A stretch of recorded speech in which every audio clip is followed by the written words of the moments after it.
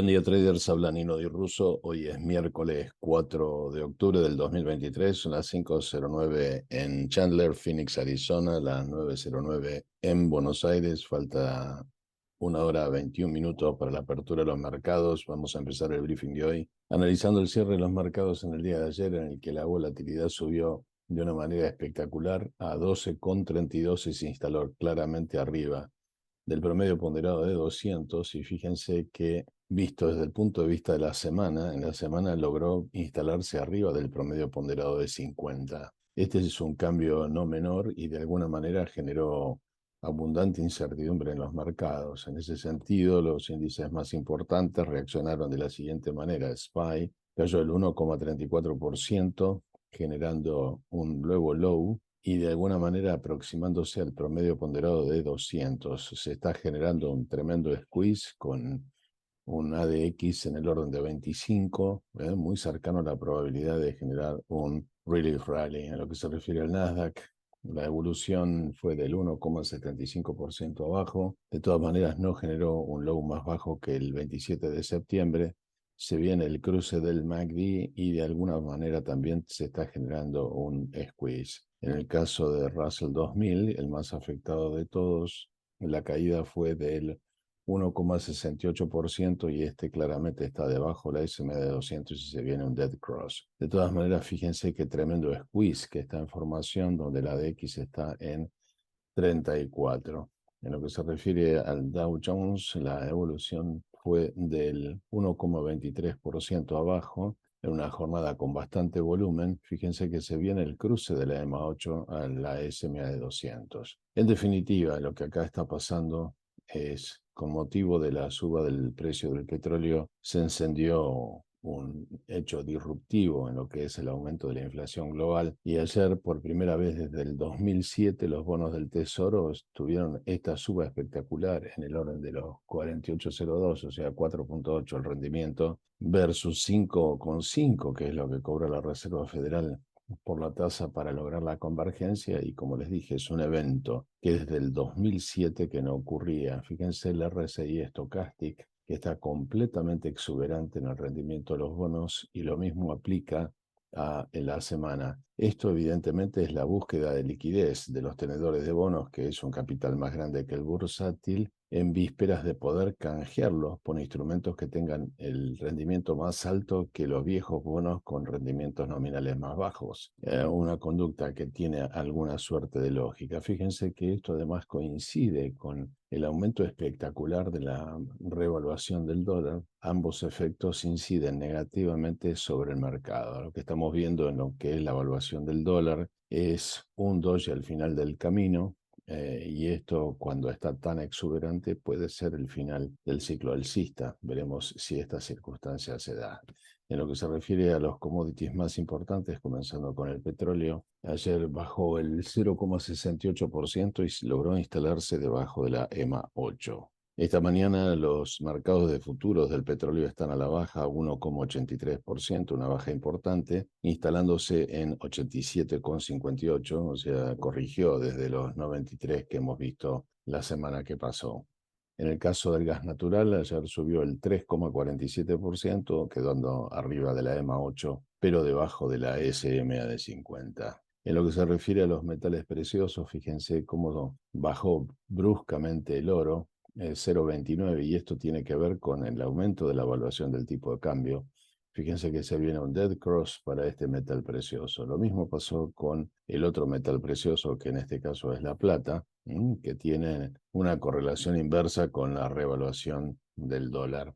Cayó, en este caso, bueno, subió el 0,10%, pero fíjense que tenemos un dead cross y está operando francamente debajo de la EMA 8. Las criptomonedas esta mañana están ligeramente al alza, 0,46 el Bitcoin en $27.556, siguiendo un poco la danza de los mercados de futuros del Nasdaq, que están alcistas en este momento. En el caso de Ethereum, la otra cripto relevante, 0,67% abajo, cerrando debajo de la EMA 8 y apoyándose en la SMA de 50. En lo que se refiere a los papeles argentinos más relevantes, Grupo Galicia, 4,19 abajo. Fíjense que se viene el cruce de la EMA 8 a la SMA de 200, En circunstancias en donde el riesgo país está estratosférico en el orden de los 2.600 puntos, quiere decir que los inversores piden 26% arriba de lo que es el rendimiento de los bonos del Tesoro como para poder considerar una inversión en Argentina. En lo que se refiere a YPF, 3,96 abajo, se viene el cruce de la EMA 8 a la SMA de 200 y fíjense que también la SMA de 50 curvándose peligrosamente. Se está generando una squeeze con una DX en 30 que de alguna manera podría indicar alguna puerta para el relief rally en algún momento. Lo que se refiere a los papeles más importantes que explican la mitad del movimiento del Nasdaq, Amazon 3,66 abajo, debajo de la EMA 8. En el caso de Meta, que es ex Facebook, la evolución 1,92 abajo, cerrando debajo de la EMA 8 y de la SMA de 50, en lo que por ahora es un movimiento lateral. En lo que se refiere a Microsoft, 2,61 abajo, rompiendo la EMA 8, quedando debajo de la SMA de 50. En el caso de Netflix, el otro gigante, con un Gravestone Doji 0,94 abajo, cerrando debajo de la EMA 8 y buscando apoyarse en la SMA de 200. Lo que se refiere a Google, el otro gigante del Nasdaq, 1,30 abajo. De todas maneras, este papel está con bastante fortaleza porque quedó arriba de la EMA 8 y arriba de la SMA de 200. Por otro lado, Apple, que viene resbalando hace algunos días, en el día de ayer 0,78 abajo, con un doji cerrando debajo de la EMA 8 en un proceso típico de Blue Eyes, en donde claramente la SMA de 50 se ha curvado y de a poco se va gestando también una suerte de squeeze. En lo que se refiere a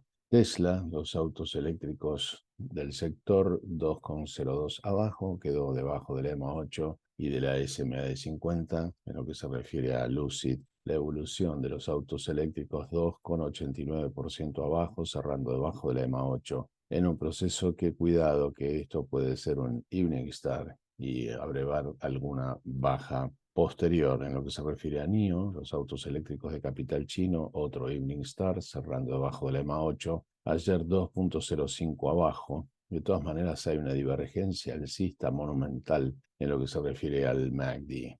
De los ETFs que miramos habitualmente, tenemos a SOXL 624 abajo, y fíjense que cerró debajo de la EMA 8, debajo de la SMA de 200.